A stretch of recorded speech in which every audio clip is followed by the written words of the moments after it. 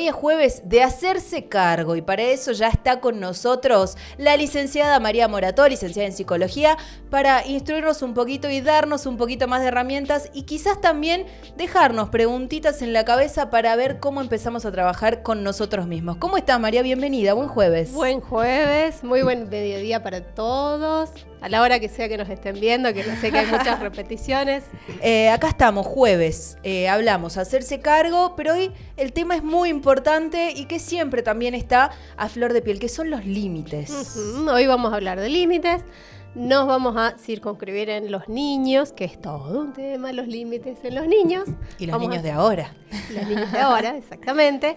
Vamos a dejar abierto el camino a continuar en otro momento, por ahí hablando de límites en adultos, que es como otra cosa, es manejarlos de otra manera.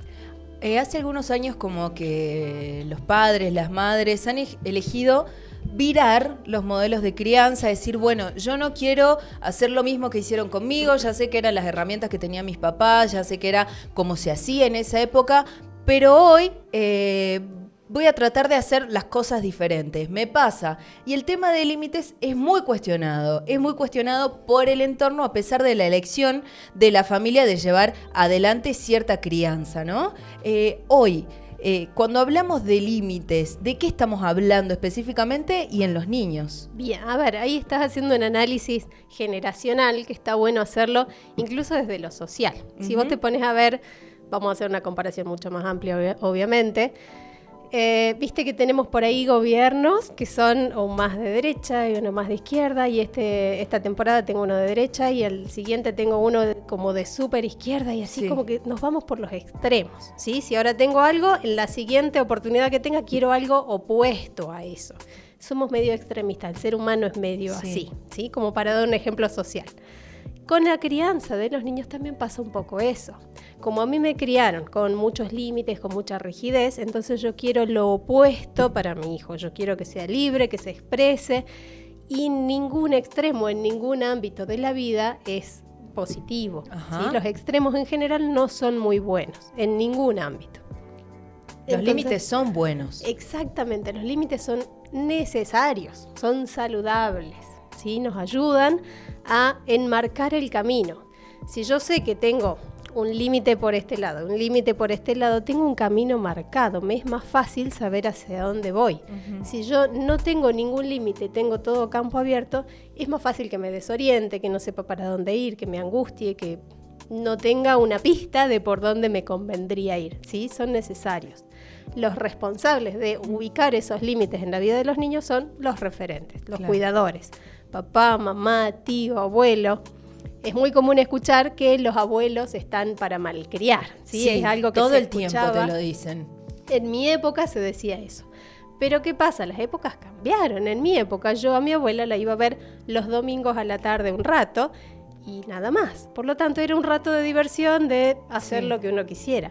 Hoy, en general, los abuelos, los tíos, conviven con los niños, ¿sí? Viven todos en una misma casa, comparten mucho tiempo, son referentes. Por lo tanto, imagínate si la mayor parte del tiempo de ese niño recibe malcrianza con exceso de posibilidades sin límite alguno de ningún tipo. Eso es interesante, ¿no? Porque también es parte de la coyuntura y de la situación social en la que vivimos. Las madres trabajamos un montón, los padres trabajan un montón, y ahí es donde entran los terceros, los abuelos, los tíos, los primos, como parte del cuidado, responsables, o decir, che, me lo cuidas de lunes a martes, de tal hora a tal hora que yo salgo de trabajar y te lo busco.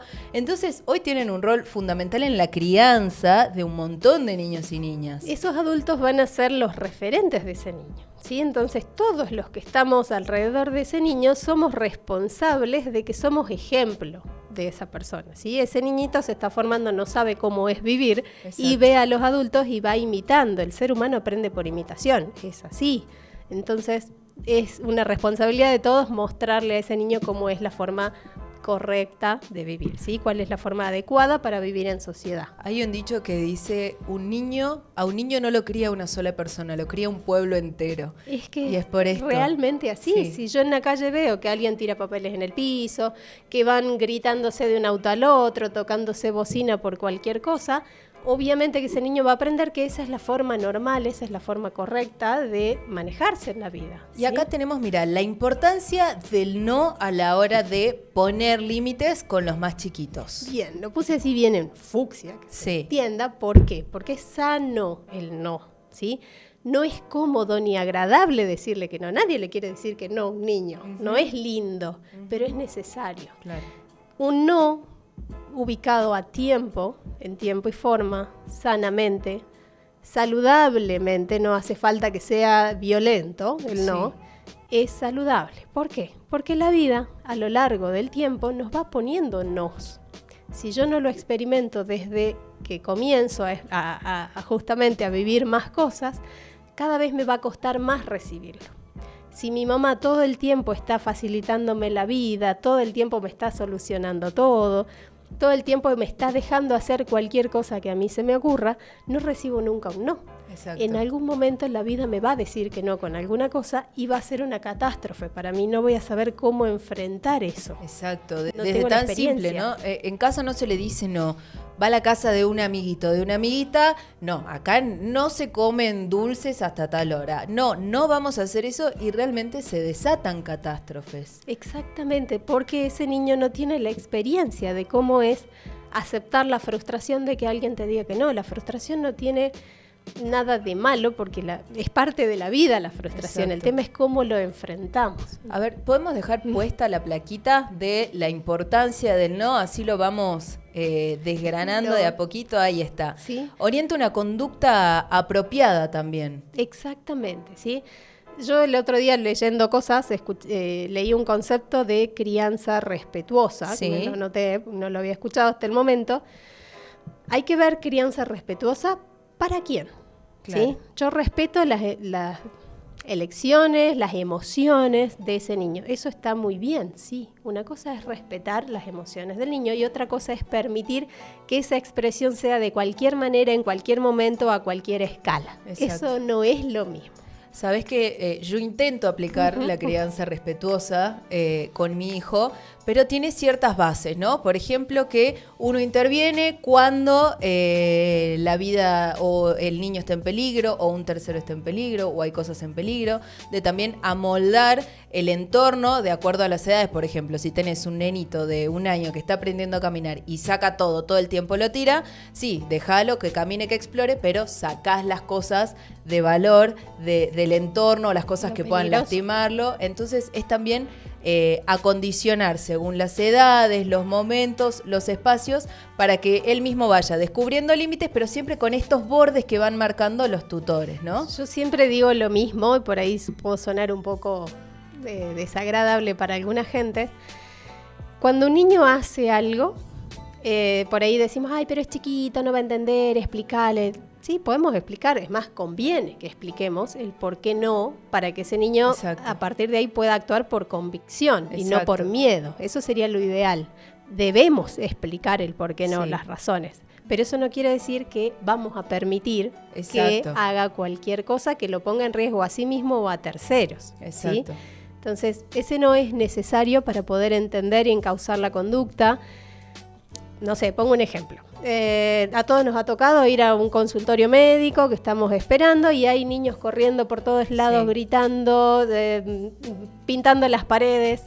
Crianza respetuosa nos diría, déjenlo que se exprese, tiene ganas de correr, tiene ganas de gritarlo, dejemos hacer lo que... O crianza Entonces- respetuosa dice, hijo, yo sé que tenés ganas de jugar, de pintar, pero este no es el lugar. Cuando salimos de acá, nos vamos a una plaza y te expresas libremente en un espacio adecuado. Exactamente, sí, en ese mismo espacio hay personas que están enfermas, que están doloridas, que están por ahí con otra sintomatología y ese niño no está aprendiendo a respetar al otro. Sí, eso también es importante, Sí. que es aprender, o sea, enseñarle a que debe ser respetado para que pueda cuidarse a sí mismo y hacerse respetar en otros espacios, pero para eso tiene que aprender a respetar al otro también. ¿Sí? Exactamente. Entender dónde está ese borde, de hasta dónde puedo hacer lo que tengo ganas de hacer y hasta dónde estoy afectando a un otro. Eso es bien finita la línea, es muy difícil, pero para eso estamos los adultos, para aprender a marcar eso sanamente. quizás nos ha pasado en la crianza más convencional, en la de nosotros, que era no, y porque yo lo digo, y porque es no. Entonces eso ha generado también un montón de dudas, de inseguridades, de decir no, porque es así, y quizás nunca cuestionarse cosas. Hoy quizás decir no porque explicar los motivos pueden llegar a enriquecer aún más a esa persona que está en formación. Si un niño es capaz de hacer algo, es capaz de no hacerlo. Exacto. Eso también ténganlo en cuenta. Por ahí con el tema de las edades, ay, pero es chiquito, no va a entender. Si tiene la edad para hacerlo, tiene la edad para frenar esa conducta. Totalmente. Es una cuestión hasta, te diría, de flojera, ¿sí? De falta de decisión del adulto poner ese límite, porque no es agradable, pero es una falta de madurez del adulto no saberlo poner. Y es reversible, por ejemplo, ¿no? Si... no sé, un par de años fuiste recontra flexible con un montón de cosas, está viendo que el niño está creciendo, está socializando más, está ocupando otros espacios en su vida y es necesario que empiece a incorporar los límites.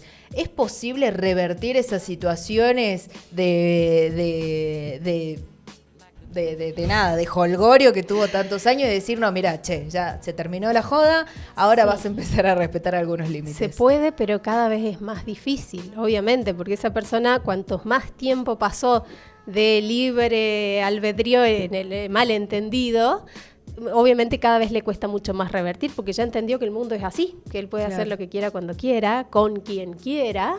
Entonces cada vez es mucho más difícil frenar eso. Por lo tanto, le ocasionamos un sufrimiento a esa persona si no lo hacemos paulatinamente en el momento indicado. Bien. Recomendaciones para madres y padres, personas que están criando personitas pequeños en este mundo también, donde hay mucha tecnología, donde hay mucha información, donde hay muchísimos estímulos, para empezar a poner límites sanos y decir un no a tiempo para no tener consecuencias más graves a futuro. Lo primero, límite no es igual a violencia. No significa golpear, no significa transgredir ningún límite saludable del niño. Sí, por Dios, parece impensado, pero es necesario decirlo. Sí, totalmente. No quiere decir eso. El límite es ser asertivo, es saber hablar, saber explicar, saber dar las razones del por qué no. Eso hace que la persona comprenda el por qué no y lo haga por convicción, ¿sí? Eso es muy importante. Las consecuencias las conocemos, ¿sí? Villa Las Rosas está lleno de gente que no le supieron poner límites. Los centros de adicciones, la adicción básicamente tiene que ver con una falta de capacidad de ponerse límites a sí mismo. Estoy nombrando cosas bien muy fuertes, ¿sí? Que nadie quisiera en la vida de un ser querido. Imagínense hasta dónde puede escalar esto si es que no se trabaja desde el principio. Me encanta, María. Datos, cómo contactarte. Dijiste que estamos en una época del año donde todos llegan a tu consultorio, así que importante pasar esa info, a ver si podemos poner la plaquita. Ahí está. Okay. Estamos, le estaba comentando recién a Rosario, estamos en épocas de aptos psicológicos. La gente de los terciarios, por favor, tomen turno ahora, porque después se hace un cuello de botella y no llegamos a tiempo de firmar todo. La gente que está haciendo eso, por favor, saque turno ahora, antes de que se arme el lío. ¿Sí? Ahí está. 3875-613-711, mandan WhatsApp. Y en Instagram como lic.maria.morato. Así te buscan y están atentos a todas tus novedades. Exacto. Gracias, María. Ya tenemos tema para la próxima semana, ¿no? Bueno, como consecuencia de este tema, la semana que viene vamos a hablar de gestión de emociones. Me encantó. Nos vemos entonces el próximo jueves. Muchas gracias.